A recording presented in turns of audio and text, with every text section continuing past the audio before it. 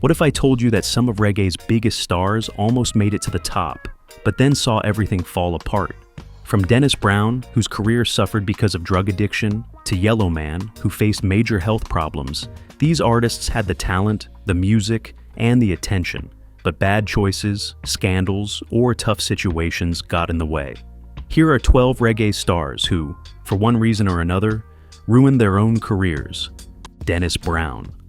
Dennis Brown was born in Kingston, Jamaica in 1957 and began his music career at the age of 12 with his first song, No Man is an Island. Over the course of more than 30 years, he released over 75 albums, becoming a key figure in reggae music.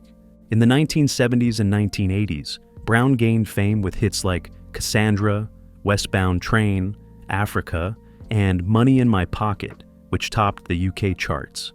His albums, including Visions of Dennis Brown and Words of Wisdom, blended love songs with Rastafarian messages. He collaborated with iconic producers like Joe Gibbs and 90 The Observer Wholeness, and worked alongside reggae stars like Gregory Isaacs and John Holt.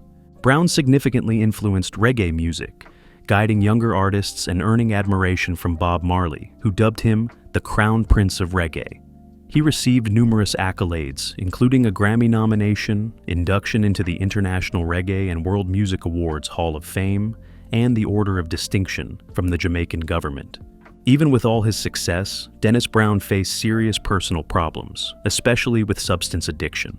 In his early career, he worked hard and made a lot of music, but over time, the stress of fame and life in the music business led him to substance use. This began to affect his health and reliability. People close to him and others in the reggae community noticed that his substance use got worse later in his career. It started to harm his voice, his performances, and his relationships with producers and fellow musicians. He began missing studio sessions, acting unpredictably, and slowly faded from the international spotlight, although he kept releasing music. By the late 1990s, Brown's health had gotten much worse. In 1999, he passed away at the age of 42 from respiratory failure, which was said to have been made worse by his substance use. Gregory Isaacs. Gregory Isaacs was a dedicated artist who worked tirelessly in his early years. Between 1973 and 1976, he collaborated with renowned producers like Lee Scratch Perry, Gussie Clarke, and Lloyd Campbell. Isaacs gained recognition for blending roots reggae with the smooth, romantic sounds of lovers rock, earning him a unique place in the Jamaican music scene. By the late 1970s, he became one of Jamaica's biggest stars, with concert tours alongside icons like Bob Marley and Dennis Brown. Isaacs played a key role in bringing lovers rock to the forefront of reggae, a style that added more emotion and depth to the genre. Hits like Love Is Overdue, Tune In, and Night Nurse became anthems, and his 1982 album Night Nurse catapulted him to international fame. Isaacs collaborated with reggae giants like King Tubby, Dennis Brown, and Freddie McGregor, and his live performances were unforgettable, thanks to his natural charm. In recognition of his influence on reggae, Isaacs was honored with the Jamaican Order of Distinction in 2010. Known as the King of Lovers Rock, he recorded over 500 albums, cementing his place as one of reggae's most prolific artists. His music continues to inspire and resonate with fans around the world. However, Isaacs faced many personal struggles that hindered his career. Despite his musical brilliance, he battled a long-term addiction to substances, which began affecting him in the early 1980s. His addiction led to erratic behavior, frequent run-ins with the law, and over 50 reported arrests. In 1982, just as Night Nurse was gaining popularity in the UK, Isaacs was sentenced to 6 months in jail in Jamaica on illegal gun charges. This came at a critical moment in his career and marked the start of a challenging period. His addiction persisted, resulting in more arrests, rehab stints, and serious health issues. Over time, his voice began to suffer, and he eventually lost his teeth, which deeply impacted the very talent that made him famous. Although he made comebacks and kept releasing music, his last album, Brand New Me, came out in 2008, and Isaacs never fully overcame his struggles. His problems with substance and the law often overshadowed his success and made it hard for him to stay consistent as a performer and artist. Isaacs died in 2010 at his home in London after fighting lung cancer. he left behind a powerful legacy, both inspiring and tragic. Buju Banton.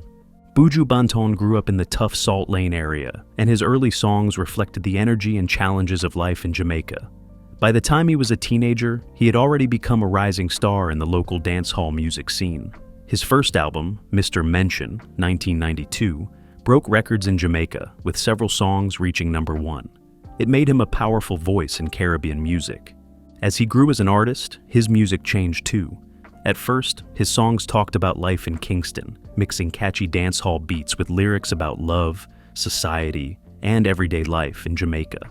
But his international career hit trouble early on when he released the song Boom Bye Bye, which had lyrics that many people saw as hateful.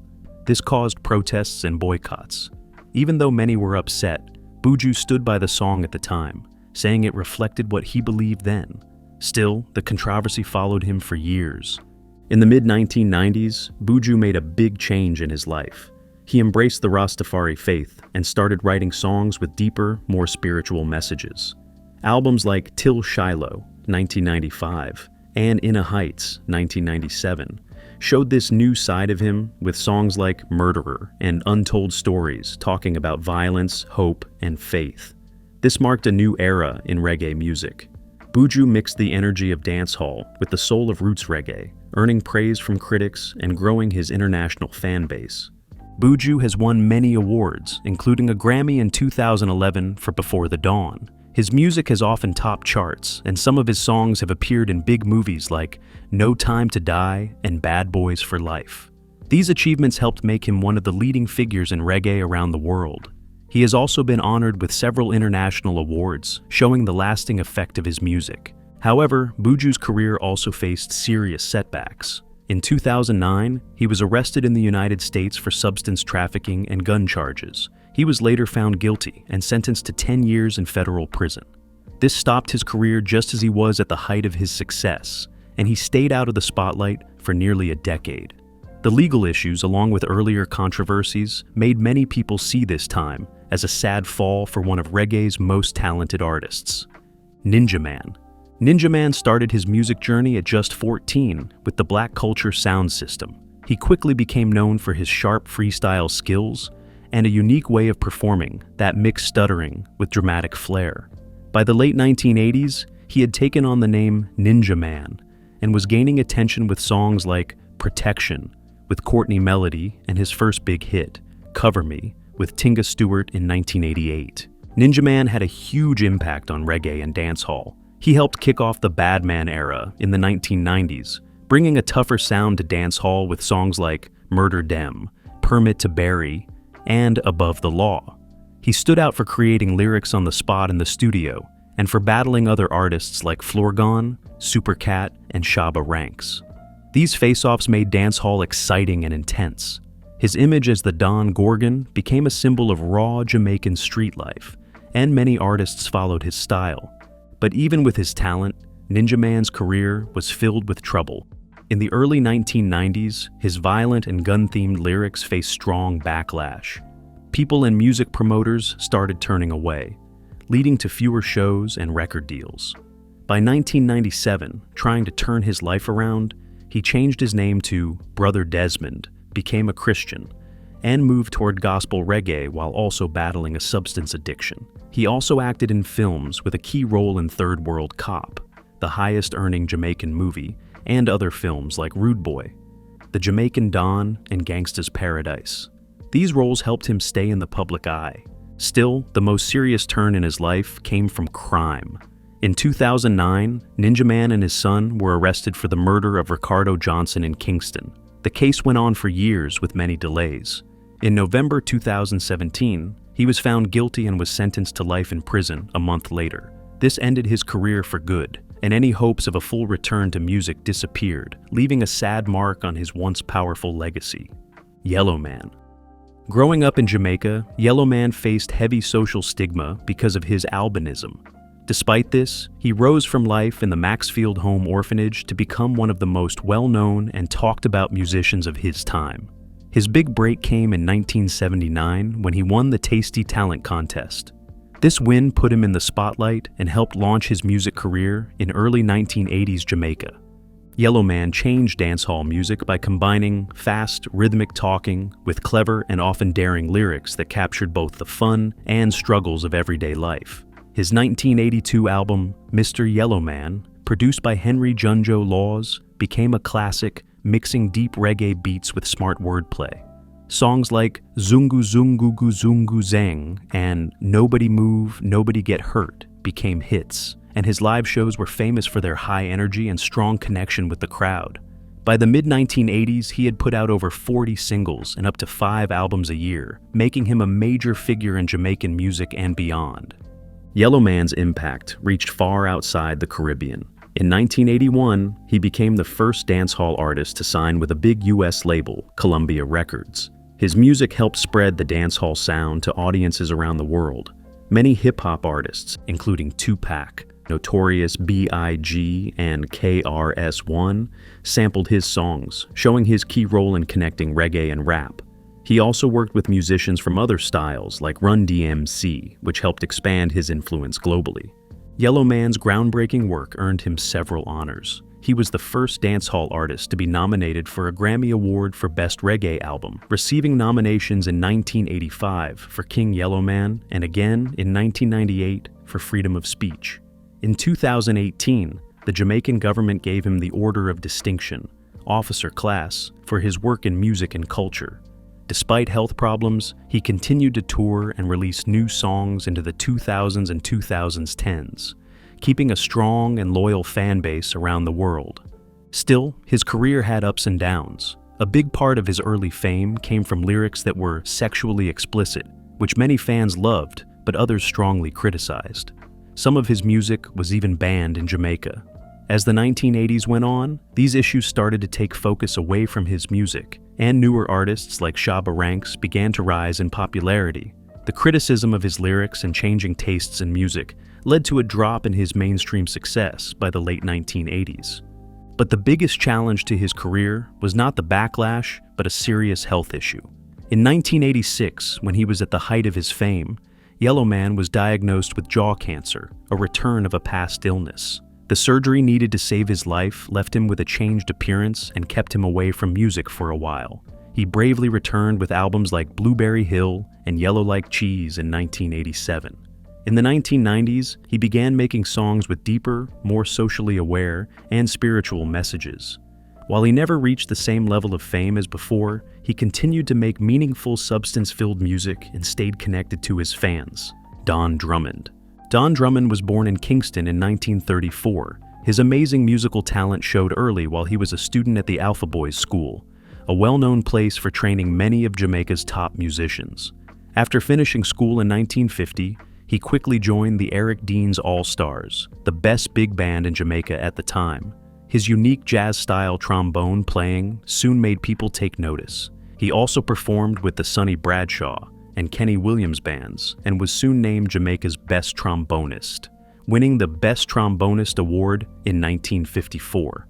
Drummond reached new heights in the 1960s when he helped form the Skatalites, a group that included other Alpha Boys school musicians like Tommy McCook, Roland Alfonso, and Jackie Mitu. He was the group's main composer and arranger, creating many of their most famous songs, including Eastern Standard Time, Addis Ababa, Schooling the Duke, Confucius, and Man in the Street. His music combined jazz, R&B, and local Jamaican rhythms, setting the standard for ska music and influencing the rise of reggae and dancehall. His emotional and skilled playing stood out on songs like Don Cosmic and his solo in Carry Go Bring Come, leaving a lasting impact on musicians around the world and helping to spread Jamaican music internationally. Drummond also made an important mark outside the Skatalites. He helped shape the early sound of Bob Marley and the Wailers, especially through his work on their first big hit, Simmer Down. He wrote more than 100 original and improvised songs, and his recordings were released in Jamaica and the UK, receiving great praise. Even after his death, Drummond's work continues to be honored. In 2019, he received an Icon Award at the Reggae Gold Awards. The National Dance Theatre Company also paid tribute to him with a ballet called Malungu. The Jamaican government officially recognized him as a key figure in the country's musical history, and many believe reggae would not exist without his influence. However, his great success was sadly clouded by mental illness. Drummond had schizophrenia, which led to repeated stays at Bellevue Mental Hospital. His unpredictable behavior and long absences from music became well known, and his condition often left him feeling alone and separated from others. This struggle ended in tragedy. In 1965, he was found guilty of killing his partner, Anita Margarita Mahfood, a respected dancer and musician. Their relationship had been intense and troubled. After the crime, Drummond was sent back to Bellevue, where he remained until he died in 1969 at just 35 years old. If you are enjoying this video, appreciate it by giving it a thumbs up. And if you have not subscribed, what are you waiting for? Hit that subscribe button. Vybz Kartel. Vybz Kartel gained fame in the early 2000s with his first album Up To Die Time, 2003. Starting a successful career known for his creative lyrics, mixing different music styles, and a strong work ethic that led to hundreds of singles and collaborations with international stars like Rihanna, Missy Elliott, and Major Lazer. Kartel has had a huge impact on reggae and dancehall music. He popularized the Gaza movement, which not only helped many artists launch their careers, but also built a loyal fan following. His lyrics, often bold and controversial, brought new ideas and social commentary to dancehall, while his use of auto-tune and digital production influenced music in the Caribbean and beyond. Kartel's influence is so big that Kenya King, the founder of the MOBO Awards, said it was immeasurable and noted that his impact goes beyond dancehall to global music. Kartel's many awards show his importance in music and culture. He was named Artist of the Decade at the Caribbean Music Awards, honoring his creativity and influence over the past 10 years. He has also won several titles at the Excellence in Music and Entertainment (EME) Awards, including DJ of the Year, Male, Recording Artist of the Year, and Songwriter Jirid Lyricist of the Year. His Gaza Empire Collective also won Group and Breakthrough Artist Awards. In 2025, Kartel became the first Jamaican artist to receive the MOBO Impact Award, recognizing his cultural impact and resilience through difficult times. His recent Grammy nomination for the EP Party With Me and performances alongside global stars like Drake show that he is still a major force in music. Despite these successes, Kartel's career has been overshadowed by controversy and legal issues that nearly ruined his reputation. In 2011, during his peak, Kartel was arrested and convicted of murder, leading to a life sentence and over 10 years in prison. Even while behind bars, he continued to record music, but his conviction created doubts about his future and divided public opinion.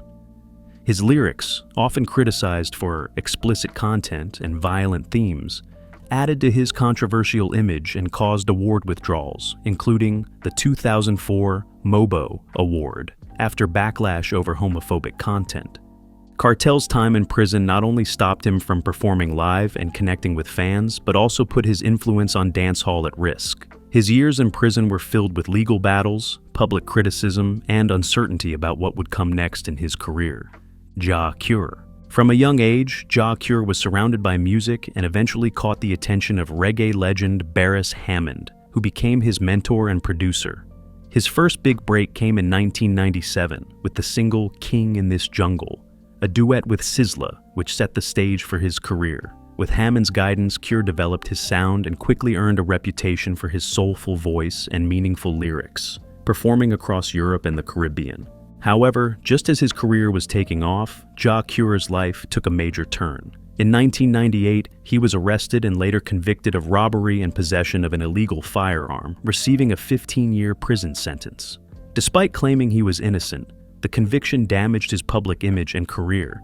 Even from behind bars, Cure continued making music, releasing 3 albums: Free Jah's Cure, the album The Truth, 2000, Ghetto Life, 2003, and Freedom Blues, 2005, all of which produced hit singles in Jamaica and internationally.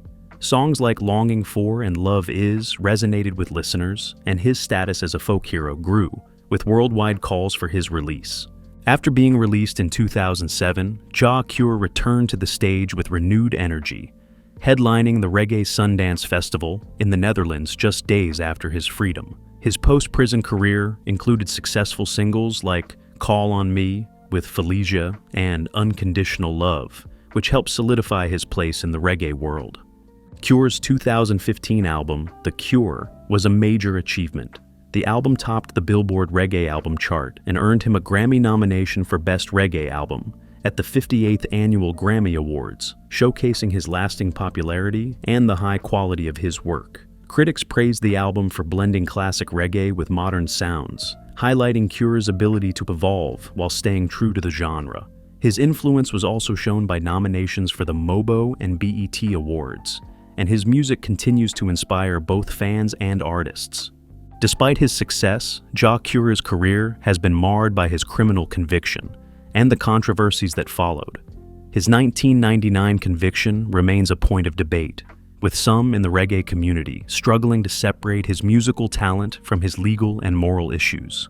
While he has maintained his innocence, the stigma has hurt his public image and limited his opportunities, especially in markets sensitive to his past. Tiger. Tiger's career began in the late 1970s under the name Ranking Tiger. Early songs like Why Can't You Leave Dreadlocks Alone showcased his singing skills and hinted at his future creativity.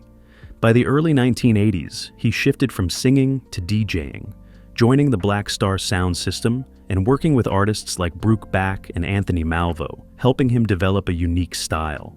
By the mid-1980s, Tiger's growling, multi-voice delivery made him a prominent figure in dancehall.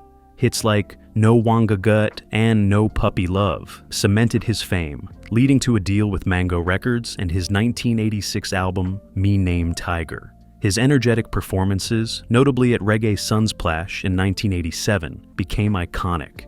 Tiger's influence expanded internationally, collaborating with the Fat Boys in 1990, and he worked with top producers like King Jammy and Sly and Robbie. He also launched his own label. Tiger's legacy continued through accolades, festival appearances, and global tours. However, Tiger's career had its challenges. In the late 1980s, despite his success, he struggled with a substance problem, which, along with some weaker releases, threatened his career. Tiger later admitted that this was a difficult time for him, and that he learned to stay away from things that are not good after realizing how much damage it caused to his career.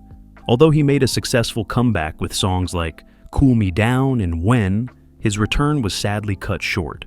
In December 1993, Tiger was seriously injured in a motorcycle accident in Kingston. The accident caused severe head injuries, which affected his voice and health. It ended his ability to perform and record at the level that made him a star, marking the end of his time as one of dancehall's top performers. Supercat.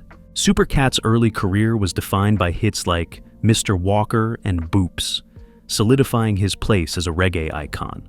His debut album, See Boops Day, and subsequent work on Don Dada helped him break into international markets, collaborating with artists like Heavy D and the notorious B.I.G. Songs like Dolly My Baby and Ghetto Red Hot became classics, blending reggae with hip-hop and paving the way for cross-genre collaborations. Supercat has received numerous awards, including the International Reggae and World Music Award and the Source Award. His music featured in films and video games like Belly and Grand Theft Auto, San Andreas. His collaborations with artists like Chris Cross, Mary J. Blige, and 112 have kept him relevant over decades. A major influence on artists like Damian Marley and Sean Paul, Supercat's dynamic performances and innovative style have earned him a loyal global following. Even with all his success, Supercat's career has been affected by controversies and personal setbacks that slowed his progress. One of the most talked about incidents was the death of fellow artist Nitty Gritty in New York City. Though Supercat was accused, he denied involvement, but this event caused damage to his reputation and led to more media attention. Another incident that added to his unpredictable image was a bottle-throwing altercation during a 1991 Sting stage show with rival Ninja Man. These events contributed to a view of Supercat as volatile. The combined impact of these controversies and a period of retreat from the public eye led to a drop in his commercial success and visibility. The death of his longtime road manager, Fred the Thunder Donner, in 2004 further shook his career, resulting in fewer releases and rare public appearances. Although he made comebacks, like performing at Madison Square Garden in 2008 and headlining the Best of the Best concert in Miami, these were isolated events, and he never fully regained the momentum of his early career. Garnett Silk. Garnett Silk, originally known as Little Bimbo, began his career as a teenage DJ in Jamaican clubs. As he grew, he adopted the name Garnett Silk to match his smooth, emotional tenor. Early recordings with producers like King Jammy and Bunny Lee showed his potential, but it was his shift towards songs with uplifting and thoughtful messages that made him stand out. His big break came in 1992 with Hello Mama Africa, a reggae classic. That same year, his debut album It's Growing became Jamaica's best-selling record, featuring hits like Mama and Place in Your Heart. His music, filled with spiritual and socially conscious lyrics, helped shift reggae away from the shallow themes of the late 80s. Silk's honest messages of love, unity, and justice inspired fellow artists like Buju Banton and Capleton to adopt similar themes in their own work. Silk's live performances were known for their raw emotion and spiritual depth. His collaborations with top Jamaican artists like King Jammy, Steely, and Clevie, and Tony Rebel cemented his place as a cultural icon. In 1994, he signed an international deal with Atlantic Records, positioning him as a potential successor to Bob Marley in reggae music. Despite his short career, Silk's albums continue to reach new listeners. His work, blending classic reggae with fresh sounds, remains a powerful voice for unity, love, and social change. Silk's life ended in tragedy on December 9, 1994, at age 28. In Manchester, Jamaica, a propane cylinder exploded in his mother's house and set it on fire. He rushed back in to try to save her, and both of them died in the blaze at the height of his fame. Merciless. Merciless made an immediate impact with his first hit, Lend Out Me Mercy, in 1994. Released on the Stone Love label, the song quickly became a hit, with legendary selector Wee Pow playing it 9 times at its debut and predicting Merciless would become a big star. The success of this single pushed him into the limelight, and he followed it up with other hits like Mavis, the top reggae song in Jamaica in 1995, Mama Cooking, Gal Dem Gizada, and Ol Gallus. These tracks highlighted his skill in mixing humor, social commentary, and catchy rhythms. Merciless style, often compared to Bounty Killers, was a mix of raw energy and melody. This allowed him to move seamlessly between hard-hitting dancehall and more reggae-influenced songs. He also worked with a variety of artists across different genres, including Lady Saw, Bounty Killer, Beanie Man, Rita Marley, and even international stars like Lil Jon and C Murder. His albums, Mr. Merciless, 1994, Lend Out Me, Mercy 1995, and Mama's Cooking, 1997, were both critically and commercially successful, with Mr. Merciless topping the Billboard reggae charts and solidifying his place in the genre. His live shows were legendary, particularly his famous win at Sting 2000, where he outperformed Ninja Man, Beanie Man, and Bounty Killer in a lyrical clash. However, Merciless faced many personal and professional challenges that affected his career. In the late 2000s, he was jailed in Florida for 14 months, which interrupted his momentum and limited his ability to perform and record. He also faced a legal battle over an assault charge, but was cleared of the accusations, though this did little to restore his image in the media. The death of his wife in 2015 was another devastating blow, reportedly leading him to withdraw from the public eye and struggle with depression. These setbacks took a toll on his career. Though he tried to make comebacks, he never fully regained the success he had earlier. Merciless passed away in 2022 at 51, marking the end of a difficult but influential career, leaving behind a legacy of classic songs and unforgettable performances. Which of these artists' stories touched you deeply? Share your thoughts in the comments below. Don't forget to like, subscribe, and hit the notification bell so you never miss out on our latest content.